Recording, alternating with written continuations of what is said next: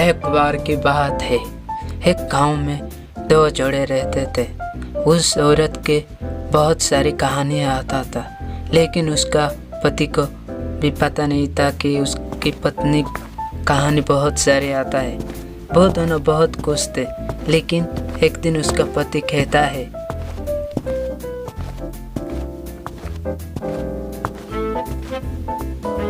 सुनते हो, तुम्हारे बाबा कह रहा था कि तुमको बहुत सारी कहानी आता है, एक सुनाओ ना। और गांव वाले ने कह रहे थे कि तुमको कहानी नहीं आता है। ये बात सोचे या तुम्हारे बाबा की बात सोचे? तुम्हारे बाबा के बात सोचे तो गांव वालों को कहानी क्यों नहीं सुना रहे हो? रोज आकर परेशान करते हैं सुनाओ सुनाओ कहकर। क्यों चुप रहते हो? कहानी आता है तो सुनाओ, नहीं तो मत सुनाओ ना।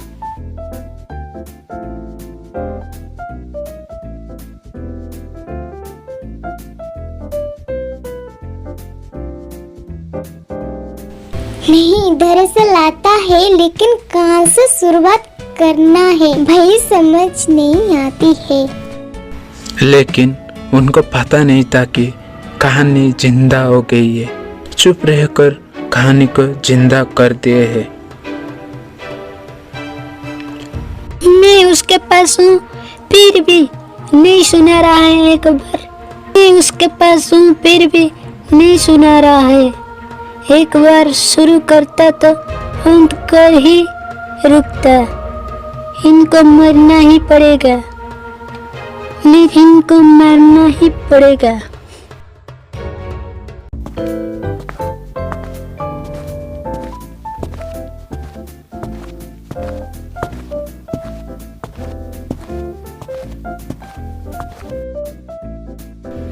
सुनते हो, बाजार सब्जी बेचने जा रही हूँ, तुम्हारे लिए कुछ लाना है क्या? सुनते हो, बाजार सब्जी बेचने जा रही हूँ, तुम्हारे लिए कुछ लाना है क्या?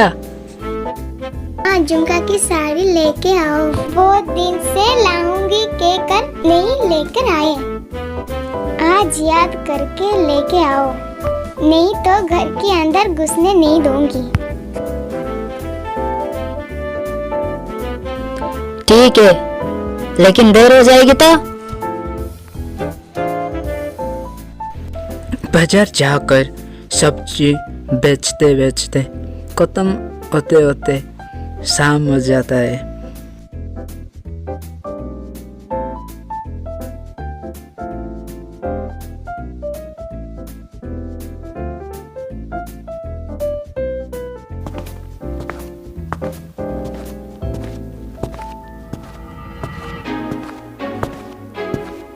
घर जाते समय रात हो गई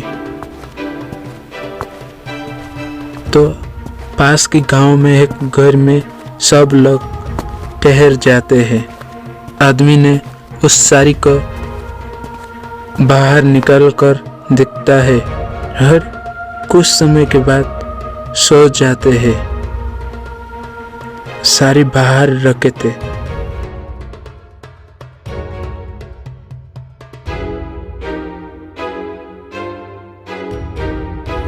तो कहानी आकर साड़ी को अच्छे से देखकर उनके जैसे एक साड़ी प्रकट करती है और जाके उस औरत की कब्र में रखती है।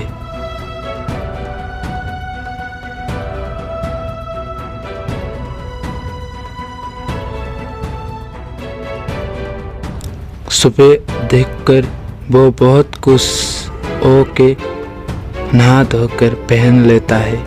कुछ देर के बाद उनका पति हाँ कर देख के शौक हो जाता है और कहता है, ये साड़ी कौन दिए?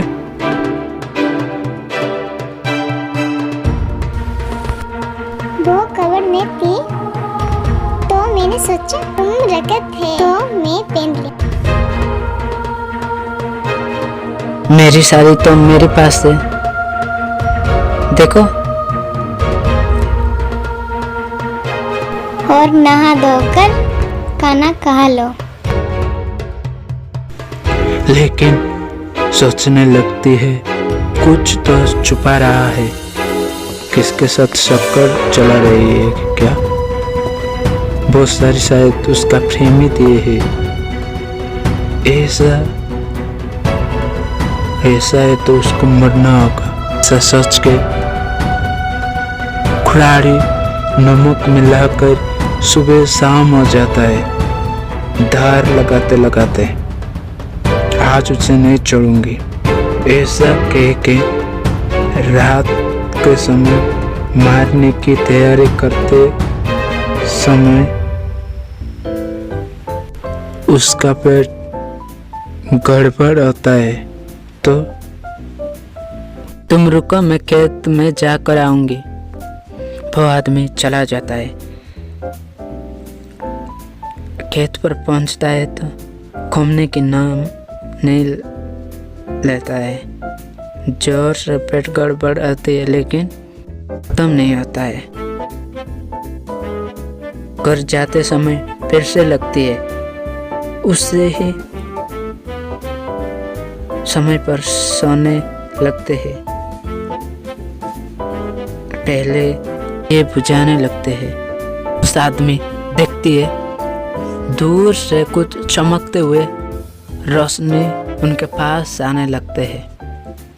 झाड़ियों के पीछे थी तो वो चुप कर सब कुछ देखने लगता है। उस खेत के आसपास सब एक एक कराकर इकट्ठा आने लगते हैं। उस आदमी ने गौर से देखने लगता है और एक दे कहता है, अभी तक एक दे नहीं आए हैं, मिलकर जाएंगे पहले की तरह। लेकिन आज ज्यादा देर हो गई। बेचारी स्वामी कहानी सुनाता तो आज नहीं मरना पड़ता उससे, क्योंकि ये सब कहानी कर रही है। कहानी नहीं सुनाकर कहानी को जिंदा कर दिए है, इसलिए ये सब कर रही है। आज उनका पति उससे मारेगी। कुरारी नमक के साथ डर लगाई है। बेचारी कोई गलती नहीं है।